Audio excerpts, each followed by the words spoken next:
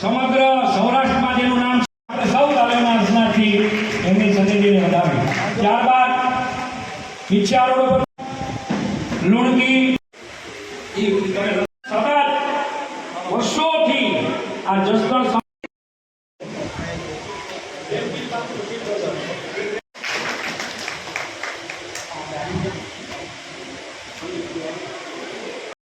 ધારેશ્વર મહાદેવથી આપણે ઉપસ્થિત છે. આપણે મહોદય શ્રી છે, એમનું સન્માન જ્યારે થયું તો આપણે સૌ તાલીઓના અર્ચનાથી આપણે વધારીએ.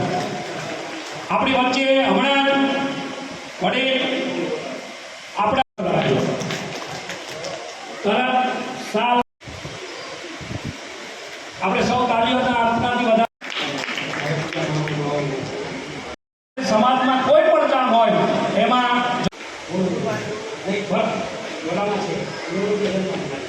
તમે અસર ના કરો.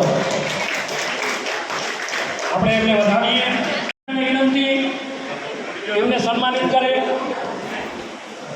પૂરણપુરી વિશાલભાઈ ઉભા છે, નહીં માને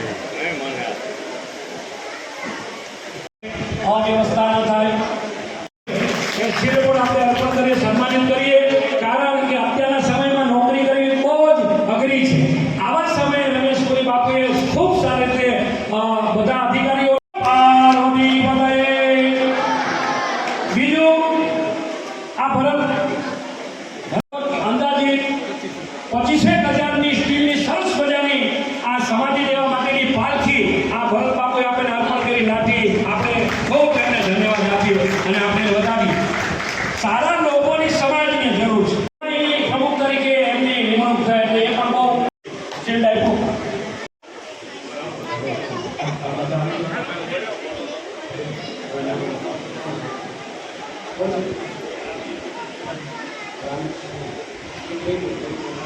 અલ્ટ્રામાં તેઓ સેવા આપે. આપણે સૌ તાલીઓના અર્ચનાથી વધાવીએ અને સન્માનિત કરીએ.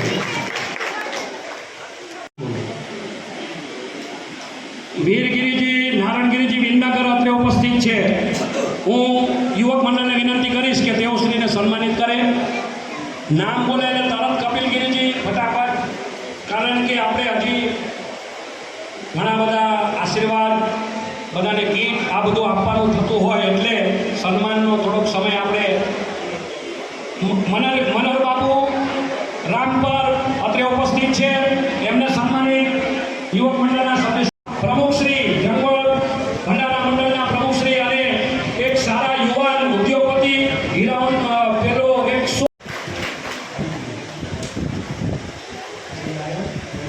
ઉપસ્થિત છે. હું પ્રતાપગીરી બાપુને વિનંતી કરીશ કે સૌ તાલીઓના અર્ચનાથી આપણે વધાવીએ.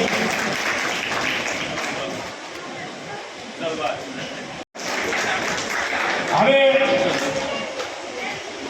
આપણી વચ્ચે જે સ્વાગત નૃત્ય લઈને આવી રહ્યા છે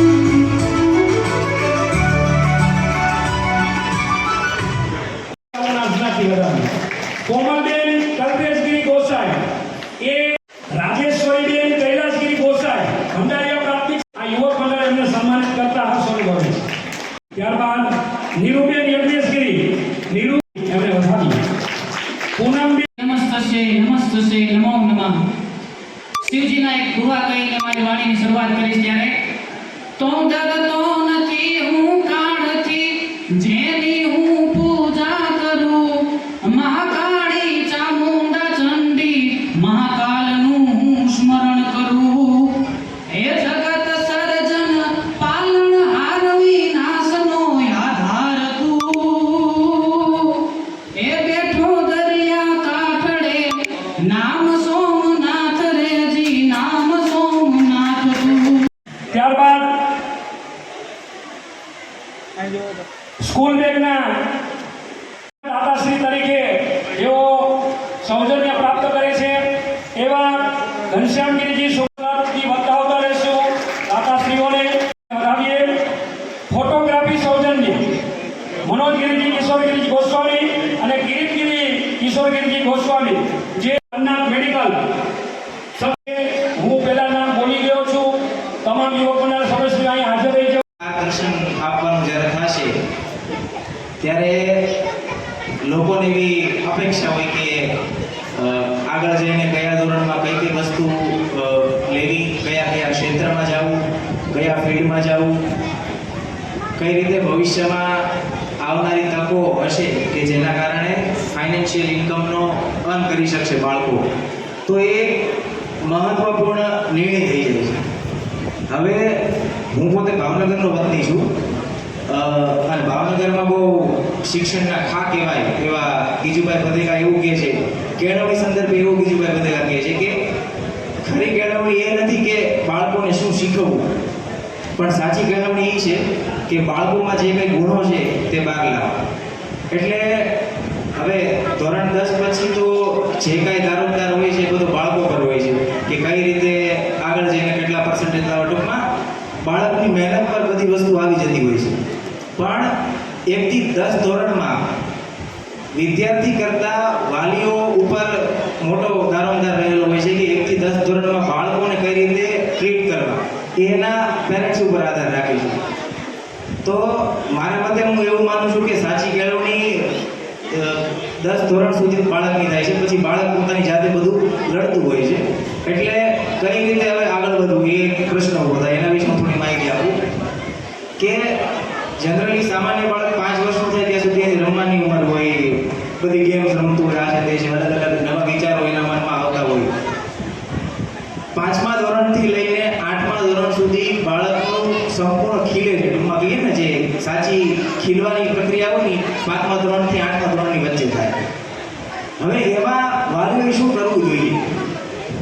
તો સૌથી પહેલા એઝ અ પેરેન્ટ્સ તરીકે તમે એ જાણો કે તમારા બાળકને રસ શેમાં છે, રુચિ શેમાં છે. એ રુચિને આપણને ખ્યાલ આવશે એટલે આગળના ધોરણોમાં કઈ કઈ રીતે કયા સ્ટ્રીમમાં જવું, કયો વિષય પસંદ કરવો એનો આપમેળે તમને ખ્યાલ આવી જાય. હું પોતે સાયન્સ ટીચર છું, ફિઝિક્સ ભણાવું છું, પણ એવું કોઈ દિવસ કોઈ બાળકને નથી કીધું મેં કે તમારે સાયન્સ જ રાખવું જોઈએ, કોમર્સ રાખવું જોઈએ, આર્ટ્સ જ રાખવું જોઈએ. એ બાળકની મેન્ટાલિટી, એના વાલીઓનો સપોર્ટ કેવા કેવા પ્રકારનો છે એના પર એ વસ્તુ આધાર રાખે છે. અત્યારે હાલ સ્પર્ધાત્મક પરીક્ષાનો સમયગાળો શરૂ છે. કોઈ પણ પરીક્ષા તમે લઈ લો, સરકારી ટીચર બનવાની હોય કે ભાઈ જીપીએસસી યુપીએસસી લેવલની એક્ઝામ હોય કે નીટ જેવી જેવી સ્પર્ધાત્મક પરીક્ષા હોય, આ સ્પર્ધામાં ટકી રહેવા માટે ધોરણ 7મા ધોરણથી કે 8મા ધોરણથી જો તમે ફાઉન્ડેશનનો ખ્યાલ અપનાવશો તો આપના બાળકને ખૂબ એટલે ખૂબ સારો પ્રોગ્રેસ મળશે અને એ આગળ જતાં ઊંચાશે પણ નહીં. એટલે કહેવાનો તાત્પર્ય એ છે કે 8મા ધોરણથી જો બાળકને સાયન્સમાં રુચિ હોય તો સાયન્સ ક્ષેત્રે એને આગળ વધારો, કોમર્સ ક્ષેત્રે રુચિ હોય તો કોમર્સમાં, અને આર્ટ્સમાં કે કોઈ કલા સાહિત્ય પ્રત્યે રુચિ છે તો એમાં